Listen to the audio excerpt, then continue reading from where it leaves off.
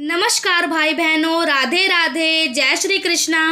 जैसा कि आप सबको पता है, आज करवा चौथ है और आज के दिन जितनी भी गृहिणियां हैं वो सब अपने पतियों के लिए व्रत रखेंगी।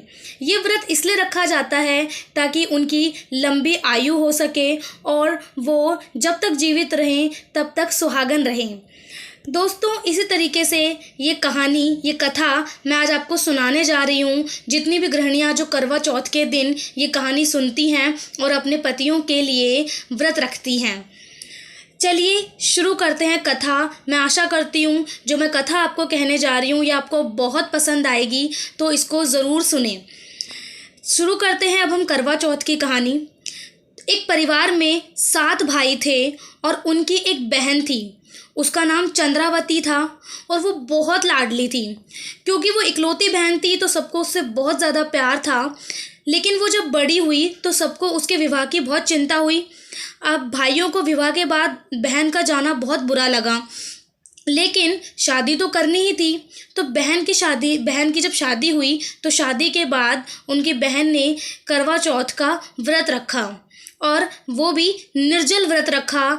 कुछ भी नहीं खाया, ना ही कुछ पिया।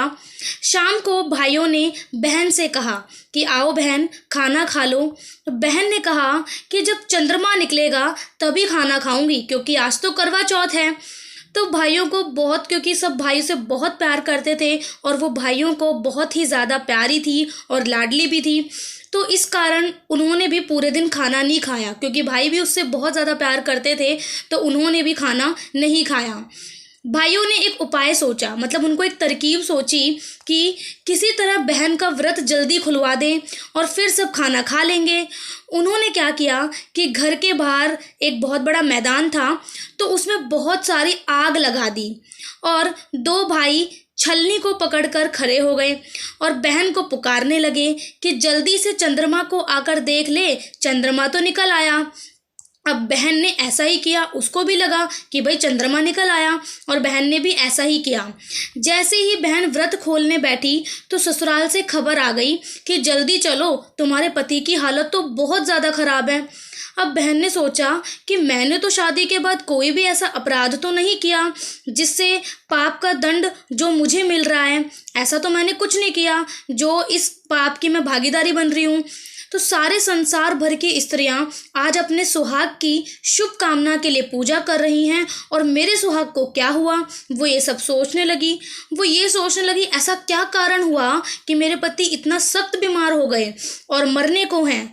उसने पंडित से पूछा कि पति को बीमारी का क्या कारण है, किस कारण से, कौन से कारण ऐसा है जिनसे उनको बीमारी हुई है। तो पंडित ने कहा कि पूजा में कोई विघ्न आ गया है, इस कारण तुम्हारे पति जो है वो ठीक नहीं है और वो बीमार है।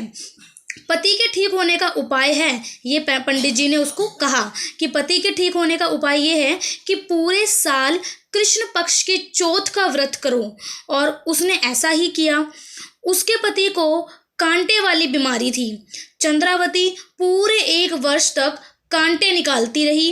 अब आंखों पर कांटे रह गए तो करवा चौथ का व्रत आया, पर अपनी नौकरानी से कहकर कि तू इनका ध्यान रखना, मैं करवा चौथ का सामान लेकर आती हूँ।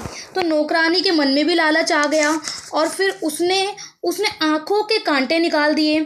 चंद्रावती के पति ने नौकरानी से पूछा कि उसकी पत्नी कहाँ है। तो नौकरानी ने कहा कि कहीं घूमने फिरने गई होगी। तो चंद्रावती के पति ने समझा कि इसी औरत ने ही मेरी 1 वर्ष तक सेवा की है। अब वो तो यही सोचेगा क्योंकि उसकी पत्नी तो चली गई थी, तो उसको लगा कि इसी जो नौकरानी ने मेरी सेवा करी है 1 साल तक, अब यह मेरी स्त्री होगी। यानी वो अब उसको अपनी पत्नी मानने लग गया जो वो नौकरानी थी, और उसे अपनी रानी बनाने का वचन दे दिया।